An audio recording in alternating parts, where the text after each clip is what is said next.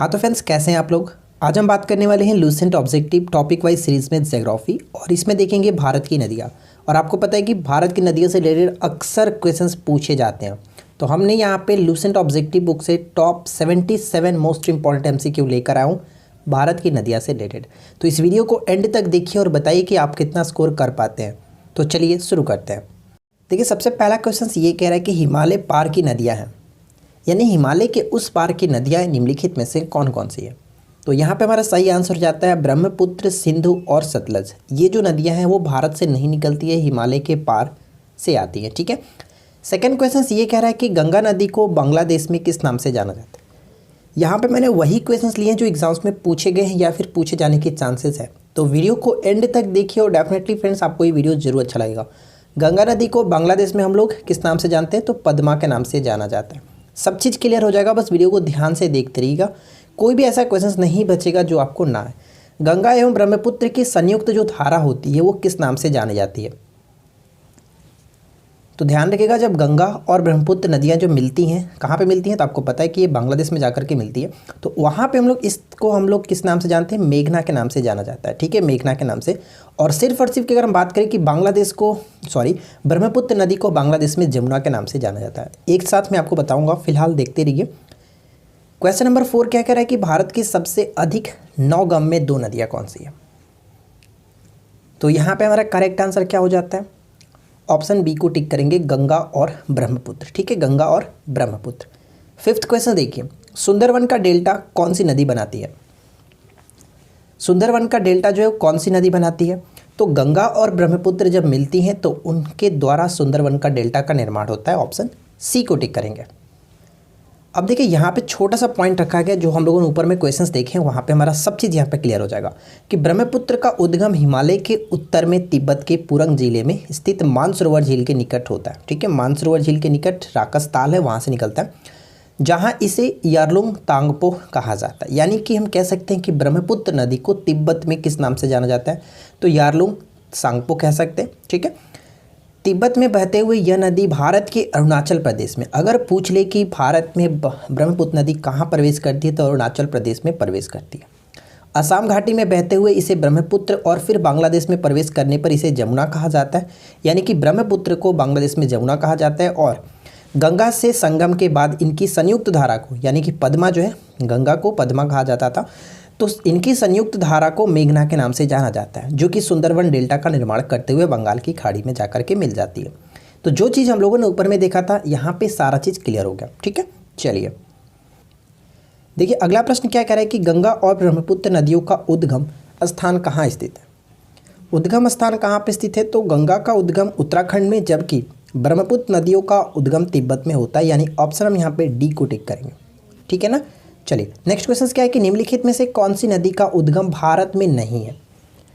बताइए कि निम्नलिखित में से किस नदी का उद्गम भारत में नहीं है। तो ऊपर में हम लोगों ने ऑलरेडी देखते आ रहे हैं, ब्रह्मपुत्र सही आंसर हो जाता है। तो फ्रेंड्स, अगर आपको हमारा ये क्वेश्चंस अच्छे लगे हो तो वीडियो को लाइक जरूर कर दीजिए, साथ ही साथ चैनल को सब्सक्राइब करके नोटिफिकेशन बेल को ऑन कर लीजिए, ताकि रेगुलर अपडेट्स आपको मिलती रहे। तिब्बत में बहने वाली सांगपो निम्नलिखित में से किससे होकर के भारत में प्रवेश करती है। तो सांगपो का मतलब हम लोगों ने ऊपर में देखा था क्या, कि तिब्बत में ब्रह्मपुत्र नदी को ही सांगपो के नाम से जाना जाता है, और भारत में ये अरुणाचल प्रदेश में प्रवेश करती है। ऑप्शन सी करेक्ट होगा। नेक्स्ट वन है कि तिब्बत में मानसरोवर झील के पास किस नदी का उद्गम स्रोत स्थित है। तो तिब्बत में मानसरोवर झील के पास सिंधु, सतलज और ब्रह्मपुत्र तीनों का है। तो यहाँ पे ऑप्शन हम डी को टिक करेंगे, इनमें से सभी। नेक्स्ट क्वेश्चन की विश्व का सबसे बड़ा नदी द्वीप माजुली का निर्माण करने वाली नदी कौन सी। विश्व का सबसे बड़ा नदी द्वीप माजुली का निर्माण करने वाली नदी है ब्रह्मपुत्र। ऑप्शन डी को टिक करेंगे। हम यहाँ पे पढ़ सकते हैं कि माजुली को विश्व का सबसे बड़ा नदी द्वीप के रूप में जाना जाता है। माजुली का जिला मुख्यालय जोरहाट है। ठीक है, माजुली को असम की सांस्कृतिक राजधानी के रूप में भी जाना जाता है। ये चीज़ भी आपको याद रखना है, एग्जाम्स के लिए इंपॉर्टेंट हो जाता है।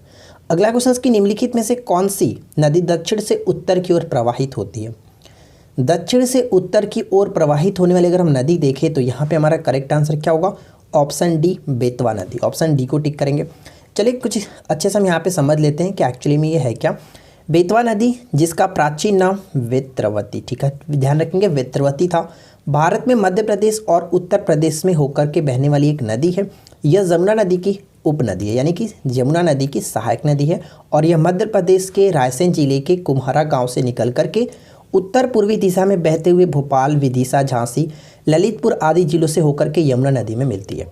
तो आई होप कि ये सारा पॉइंट्स आपका क्लियर हो गया होगा बेतवा नदी से संबंधित। ठीक है, चलिए अगला क्वेश्चन ये बनता है कि निम्न में से किस नदी को बिहार का शोक कहा जाता है, और इसके बारे में क्या बताऊं, बहुत बार पूछा जा चुका है, आपको पता होगा कि बिहार के शोक के रूप में कोसी नदी को जाना जाता है और साथ ही साथ मैं आपको बता दूं कि इसको विनाशक नदी के रूप में भी जानते हैं। ठीक है, विनाशक नदी के रूप में भी जाना जाता है और अपने मार्ग परिवर्तन के कारण ये काफ़ी ज़्यादा फेमस रहती है, यानी कि चर्चा में रहती है। ठीक है, तबाही का कारण इसको बिहार के शोक के रूप से जाना जाता है।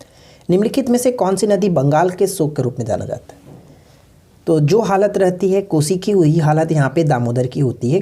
ठीक है, दामोदर नदी को बंगाल का शोक कहा जाता है। ऑप्शन डी को टिक करेंगे।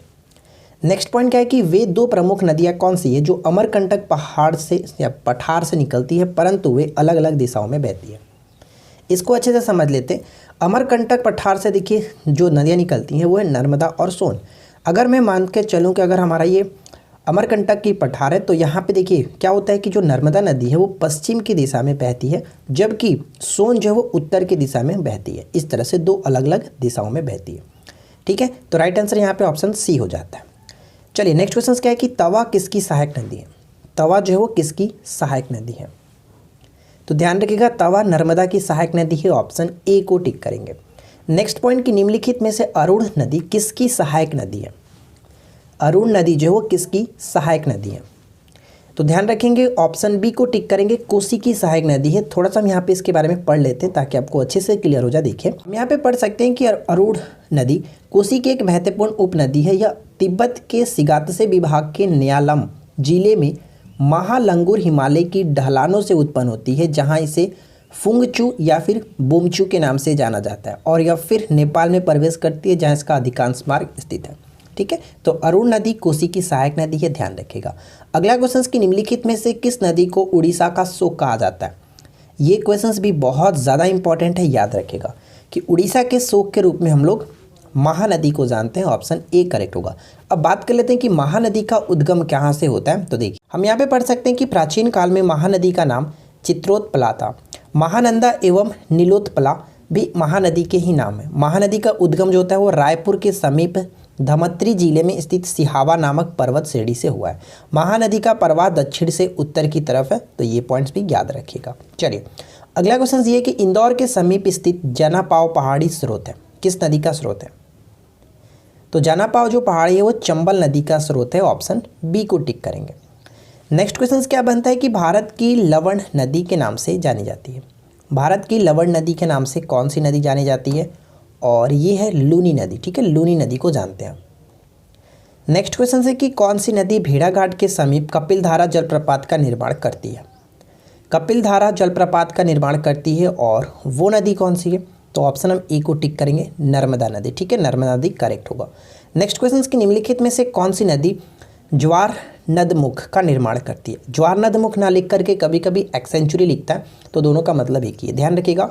देखिए एक होता है क्या कि जो बंगाल की खाड़ी में जो नदियाँ गिरती हैं वो डेल्टा का निर्माण करती हैं, लेकिन जो पश्चिम की दिशा में बहती हैं वो ज्वार नदमुख का निर्माण करती है। ठीक है, यानी एक्सेंचुरी का निर्माण करती हैं।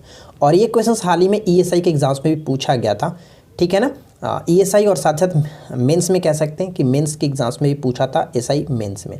और मैं आपको बता दूं कि ध्यान रखिएगा कि ज्वार नदमुख की अगर हम बात करें तो वहाँ पे नर्मदा या फिर ताप्ती हो सकता है। क्लियर, तो ये दो नदियाँ जो कि बहुत बार रिपीट होता रहता है, तो राइट आंसर यहाँ पे हम ऑप्शन सी को टिक कर सकते हैं, नर्मदा। चलिए अगला क्वेश्चन क्या बनता है कि प्रायद्वीपीय भारत की निम्न नदियों में से कौन शेष तीन से विशिष्ट रूप से भिन्न है? शेष तीन से विशिष्ट रूप से भिन्न है, तो यहाँ पे भी नर्मदा होगा, क्योंकि बाकी जो तीन नदियाँ आप देख रहे हैं ये बंगाल की खाड़ी में गिरती है और ये डेल्टा का निर्माण करती है, जबकि नर्मदा पश्चिम की दिशा में बहते हुए एक्सेंचुरी का निर्माण करती है। इस वजह से ये भिन्न है। शिप्रा नदी निम्नलिखित में से किसकी सहायक नदी है? शिप्रा नदी जो चंबल की सहायक नदी है। ऑप्शन बी को टिक करेंगे। नेक्स्ट क्वेश्चन क्या बनता है बताइए, निम्नलिखित में से कौन सी नदी अमरकंटक के पठार से नहीं निकलती है? तो आई होप कि अब तक पता चल गया होगा कि अमरकंटक से दो नदियाँ निकलती है, नर्मदा और सोन। तो यहाँ पे गोदावरी को हम टिक कर सकते हैं जो कि नहीं निकलती है। नेक्स्ट क्वेश्चन की नर्मदा तथा सोन नदियाँ कहाँ से निकलती है। देखिए एक ही क्वेश्चन को 2-4 बार रिपीट किया गया, तो इसके लिए मैं माफ़ी चाहूँगा। मैंने पूरी कोशिश की थी कि ऐसा ना हो, लेकिन कुछ क्वेश्चंस हो जाते हैं, ठीक है। तो यहाँ पे अमरकंटक की पहाड़ी से निकलता है, ऑप्शन डी को टिक करेंगे। निम्नलिखित में से कौन सी नदी भ्रंश घाटी से होकर के बहती है। तो भ्रंश घाटी से होकर बहता है नर्मदा, ठीक है। सतपुड़ा और विंध्य के बीचों बीच से होकर के निकलता है नर्मदा, ऑप्शन बी को टिक करेंगे। नेक्स्ट है कि दक्षिण भारत के पठारी प्रदेश को कौन सी नदी 2 भागों में विभाजित करती है। देखिए जस्ट वही क्वेश्चन है जो हम लोगों ने ऊपर में देखा, भ्रंश घाटी से होकर के निकलती है नर्मदा, और जो मैंने आपको चीज़ बताई वही यहाँ पे बात की जा रही है कि 2 पठारी प्रदेशों को कौन सी नदी विभाजित करती है, तो नर्मदा। दक्षिण भारत की नदियों में सबसे लंबी नदी कौन सी है।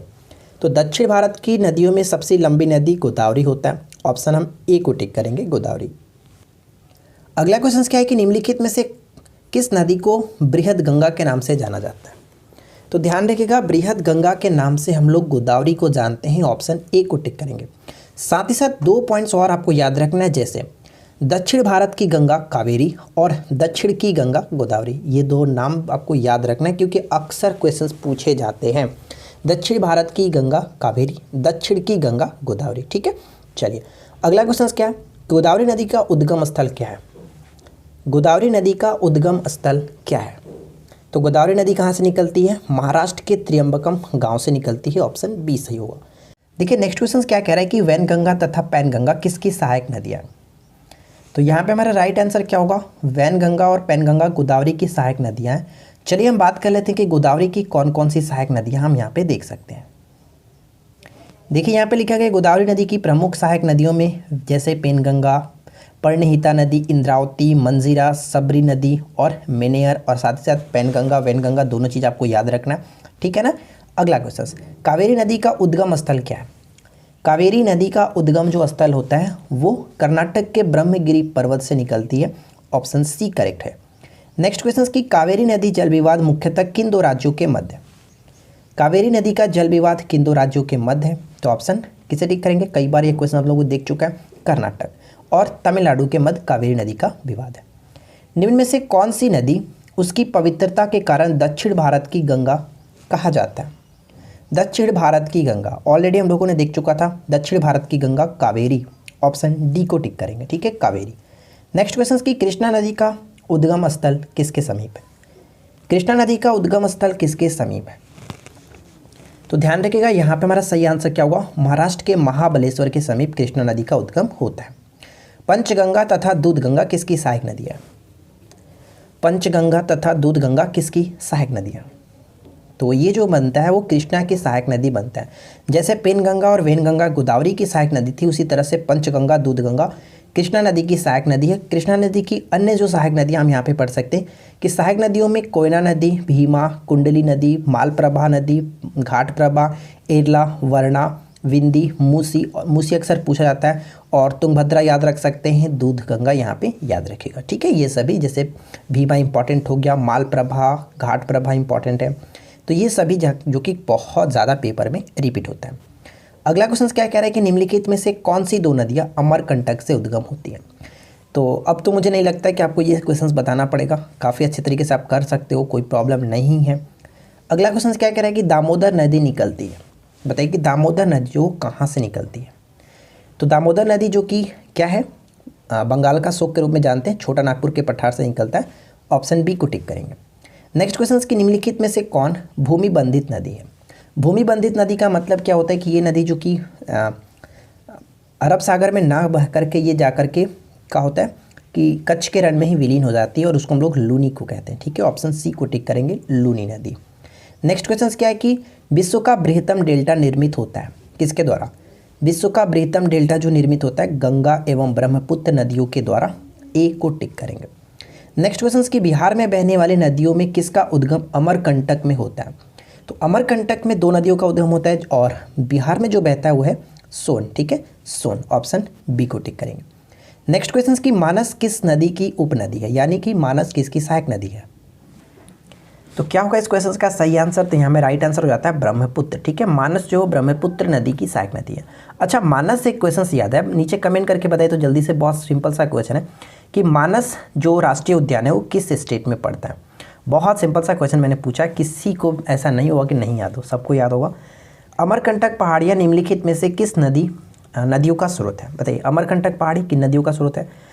अब देखिए, ये चौथा बार क्वेश्चन रिपीट हो चुका है, नर्मदा और सोन, यानी 1 और 4 को हम यहाँ पे टिक करेंगे, ऑप्शन डी बिल्कुल सही आंसर होगा। नेक्स्ट क्वेश्चन की निम्नलिखित में से वह नदी कौन सी है जिसका उद्गम भारतीय राज्य क्षेत्र में नहीं है? भारतीय राज्य क्षेत्र में नहीं है और वो नदी क्या है? घाघरा। ठीक है, घाघरा, ऑप्शन डी को टिक करेंगे। अब यहाँ पे पढ़ सकते हैं, घाघरा नदी दक्षिणी तिब्बत के ऊंचे पर्वत शिखर हिमालय के मापचा चुंगो हिमनद से निकलती है। हिमालय से निकल करके नेपाल में बहती हुई घाघरा नदी भारत के ब्रह्मा घाट स्थान पर शारदा नदी में मिल जाती है। दोनों नदियों के संगम के बाद यह नदी घाघरा नदी के नाम से जानी जाती है। ठीक है, तो आपको याद रखना है कि कहाँ से निकलता है, तो तिब्बत से निकलता है। निम्नलिखित नदियों में से किसका उद्गम भारत में नहीं है? तो ऊपर में हम लोगों ने ऑलरेडी देख चुका था, सतलज, ब्रह्मपुत्र जो कि भारत से नहीं निकलता, सिंधु भी वही है। ठीक है, ये तिब्बत में मानसरोवर झील के पास से निकलता है, ऑप्शन डी को टिक करेंगे। नेक्स्ट क्वेश्चन क्या बनता है कि निम्नलिखित में से कौन सी नदी कृष्णा की सहायक नदी नहीं है? कृष्णा की सहायक नदी नहीं है अमरावती। ठीक है, अमरावती, ऑप्शन हम डी को टिक करेंगे। तो जल्दी से कमेंट करके बताइए कि अमरावती किसकी सहायक नदी है। ऑलरेडी हम लोगों ने देखा भी था कि कृष्णा की कौन कौन सी सहायक नदी होती है, तो बाकी आप बताइएगा कि अमरावती किसकी सहायक नदी है, जल्दी से कमेंट कीजिए। इनमें से कौन सी नदी कच्छ के रण में समाहित हो जाती है? तो मैंने आपको ऊपर में बताया था कि भूमि बंधित नदी कौन सी थी? लूनी नदी। ठीक है, लूनी नदी क्या होता है कि कच्छ के रण में ही विलीन हो जाती है। अगला क्वेश्चन कि नर्मदा नदी का अधिकांश भाग भारत के किस राज्य में बहता है? इसका अधिकांश भाग मध्य प्रदेश में बहता है, सी को टिक करेंगे। नेक्स्ट क्वेश्चन की भारत में डेल्टा बनाने वाली नदियाँ कौन सी है? तो मैंने आपको क्या बताया था कि जो नदियाँ बंगाल की खाड़ी में गिरती है, यानी कि पूर्व की दिशा से बहती हुई बंगाल की खाड़ी में जाती है, वो डेल्टा का निर्माण करती है। तो गंगा, महानदी, और ये तो हो नहीं सकता, गलत है, क्योंकि नर्मदा जहाँ पे होगा और ताप्ती जहाँ पे होगा वो एक सेंचुरी का निर्माण करेंगे। तो तापी यहाँ पर भी देख रहे हैं और नर्मदा यहाँ पे भी, तापी यहाँ पे, यानी कि हमारा ये तीनों ऑप्शंस कट गया, बचा कावेरी, गंगा और महानदी, यानी करेक्ट आंसर ऑप्शन सी को टिक करेंगे। ठीक है, चलिए अगला क्वेश्चन ये कह रहा है कि भागीरथी और अलकनंदा गंगा में कहाँ पर मिलती है? और ये क्वेश्चन बहुत ज़्यादा इंपॉर्टेंट है, ध्यान रखिएगा। देखिए, गंगा में भागीरथी और अलकनंदा देवप्रयाग में मिलता है, और इसी तरह से और भी 3 पॉइंट्स मैंने आपको याद रखने के लिए यहाँ पे छोटा सा नोट बना रखा, ध्यान रखिएगा कि देवप्रयाग में भागीरथी तथा अलकनंदा मिलता है। अगर पूछ ले कि अलकनंदा और पिंडार का जो संगम है वो कहाँ पे होता है? कर्णप्रयाग में। ठीक है, और उसी तरह से अलकनंदा और मंदाकिनी का कहाँ पे होता है? तो ये रुद्रप्रयाग में होता है। तो ये चीज़ें आपको याद रखनी है। चलिए अगला क्वेश्चन क्या है कि गोदावरी नदी कहाँ से होकर के बहती है? गोदावरी नदी कहाँ से होकर के बहती है? तो यहाँ पे हमारा करेक्ट आंसर क्या होता है कि गोदावरी नदी जो महाराष्ट्र, तेलंगाना और आंध्र प्रदेश से होकर के बहते हुए ये जाकर के बंगाल की खाड़ी में गिरती है, ऑप्शन ए सही आंसर हो जाता है। यहाँ पे पढ़िए कि यह महाराष्ट्र में नासिक जिले से निकलती है, इसकी लंबाई प्रायः 1465 किलोमीटर है। इस नदी का पार्ट बहुत बड़ा है। गोदावरी नदी की उपनदियों में प्रमुख पर्णहिता, इंद्रावती, मंजीरा, और यह महाराष्ट्र, तेलंगाना और आंध्र प्रदेश में बहते हुए राजमंदुरी शहर के समीप बंगाल की खाड़ी में जाकर के मिलती है। ठीक है, तो महाराष्ट्र, तेलंगाना और आंध्र प्रदेश राइट आंसर हो जाता है। नेक्स्ट क्वेश्चन की पंजाब के निर्माण में सबसे महत्वपूर्ण नदी कौन सी है? ये क्वेश्चन बहुत ज़्यादा इंपॉर्टेंट है क्योंकि ये थोड़ा सा कंफ्यूज कर देता है। क्योंकि आपको पता है कि सिंधु नदी का अगर हम बात करें तो भारत में सिर्फ ये जम्मू कश्मीर से होकर के गुजरता था, लेकिन मैं आपको बता दूं कि पंजाब के निर्माण में सबसे महत्वपूर्ण जो होता है वो सिंधु ही है। अब इसको हम समझते हैं थोड़ा सा इस तरह से।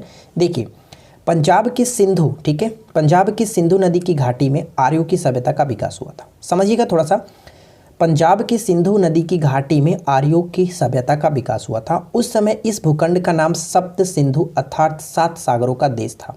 ठीक है, समय के साथ सरस्वती जल स्रोत सूख गया, अब रह गई 5 नदियां, यानी झेलम, चिनाब, रावी, ब्यास और सतलज।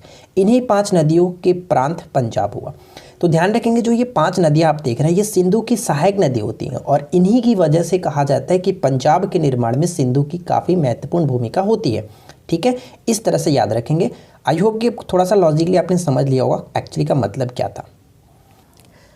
अगला प्रश्न ये कह रहा है कि निम्नलिखित में से कौन सी नदी विंध्य तथा सतपुड़ा पर्वत श्रृंखला के मध्य से होकर के गुजरती है?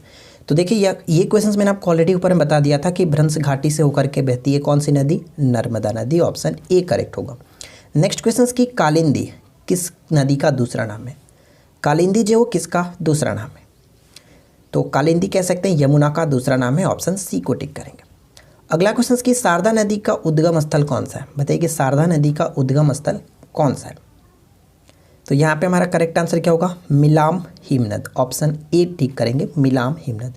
चलिए थोड़ा सा पॉइंट्स हम यहाँ पे पढ़ करके समझते हैं कि काली नदी जिसे महाकाली, काली गंगा या फिर शारदा नदी के नाम से जाना जाता है, भारत के उत्तराखंड और उत्तर प्रदेश राज्यों में बहने वाली एक नदी है और इस नदी का उद्गम बृहत्तर हिमालय में 36 कह सकते हैं 3600 मीटर की ऊंचाई पर स्थित मिलम ग्लेशियर कुमाऊं हिमालय का एक प्रमुख ग्लेशियर है, यहीं से निकलता है। ठीक है, काला पानी नामक स्थान पर, जो कि उत्तराखंड राज्य के पिथौरागढ़ जिले में स्थित है। तो आई होप कि यहाँ तक तो कोई दिक्कत नहीं होगी, आपने काफ़ी अच्छे तरीके से समझ लिया होगा।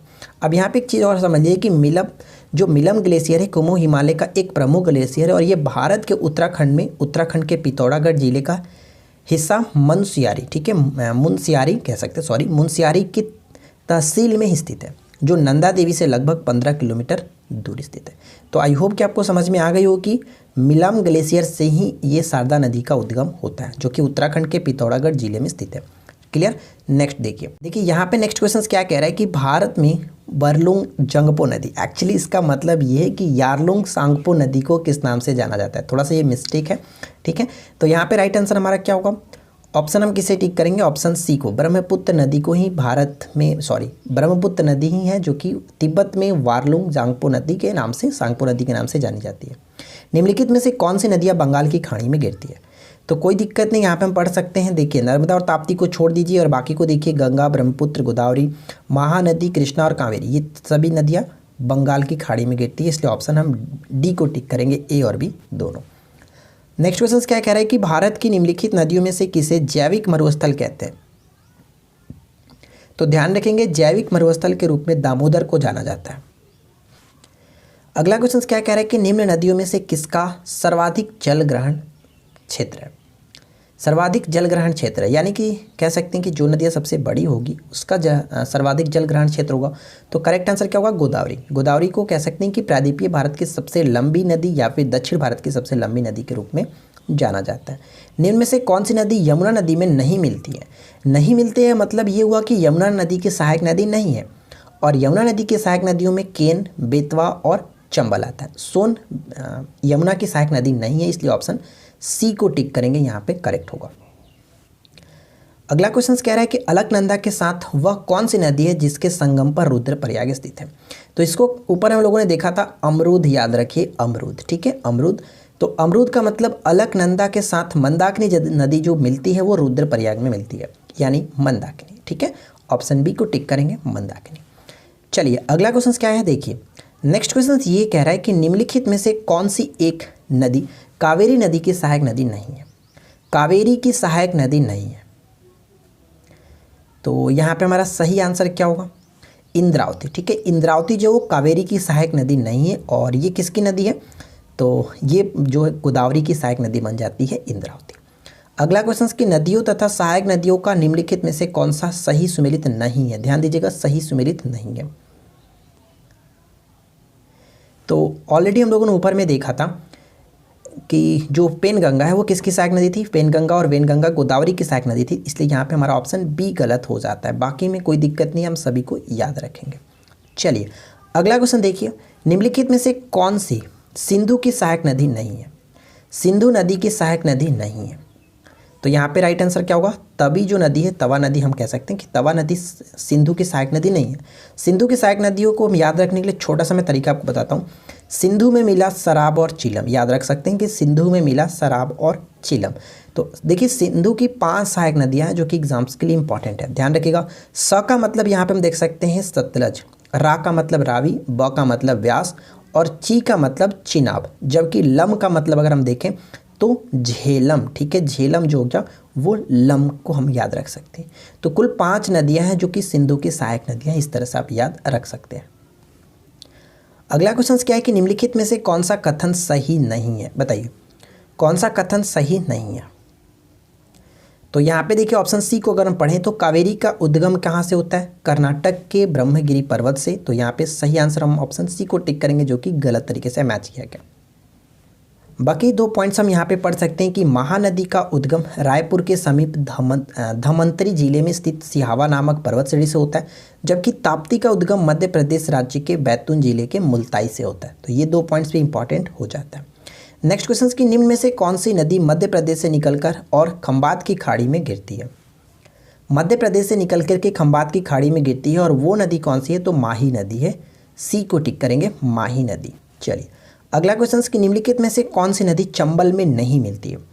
चंबल में नहीं मिलती है, तो सही आंसर हम किसे टिक करेंगे? ऑप्शन सी, क्योंकि बेतवा जो है वो यमुना नदी में मिलती है, ना कि चंबल में। ऑप्शन सी करेक्ट होगा। अगला क्वेश्चन कि भारत की गंडक नामक नदी को नेपाल में किस नाम से जाना जाता है? भारत की जो गंडक नदी है वो नेपाल में किस नाम से जानी जाती है? नारायणी के नाम से जानी जाती है। ऑप्शन सी को टिक करेंगे, नारायणी। अगला देखिए क्वेश्चन क्या कह रहा है कि सूची 1 को सूची 2 के साथ सम्मिलित करना है। ठीक है, यानी कि यहाँ पे आपका नदी दिया गया और यहाँ पे इसका सहायक नदी के साथ मैच करना है। तो बताइए कौन किसके साथ सही तरीके से मैच होगा? कृष्णा नदी की सहायक नदी अगर हम यहाँ पे देखें तो भीमा। ठीक है, भीमा यानी ए का 4 के साथ, तो ए का 4 के साथ या तो ऑप्शन ए या फिर सी होगा।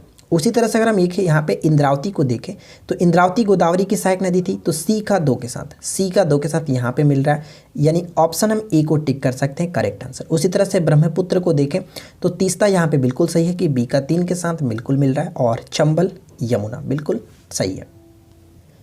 आई होप कि यहाँ पर कोई दिक्कत नहीं, आपने आसानी से कर लिया होगा। अगला क्वेश्चन देखिए क्या कि कौन सी नदी उड़ीसा में अपना डेल्टा बनाती है?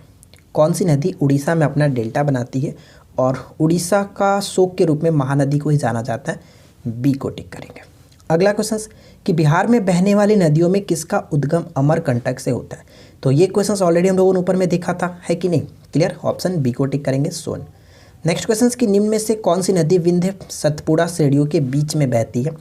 तो कोई दिक्कत नहीं, ऑलरेडी क्वेश्चन हम लोगों ने देख चुका है, नर्मदा।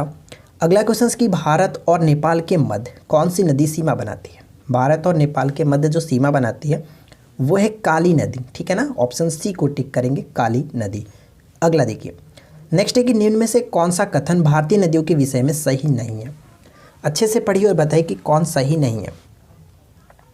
देखिए अगर हम बात करें कि हिमालयी नदियाँ सदाबहार है, तो ये बिल्कुल सही है कि हिमालय की जो नदियाँ होती है, जैसे गंगा को हम ले लें तो वो सदाबहार है और उसमें 12 मासी, यानी कहने का मतलब कि हमेशा पानी रहता है। ठीक है, प्रायद्वीपीय नदियाँ मौसमी होती है, बिल्कुल सही कि जब वर्षा होगा तो इसमें पानी रहेगा, अदरवाइज सूख जाती है। तो ये पॉइंट्स भी बिल्कुल सही है। हिमालय नदियाँ बहुत छोटे डेल्टा का निर्माण करती है। देखिए ये पॉइंट हमारा गलत हो जाता है, क्यों?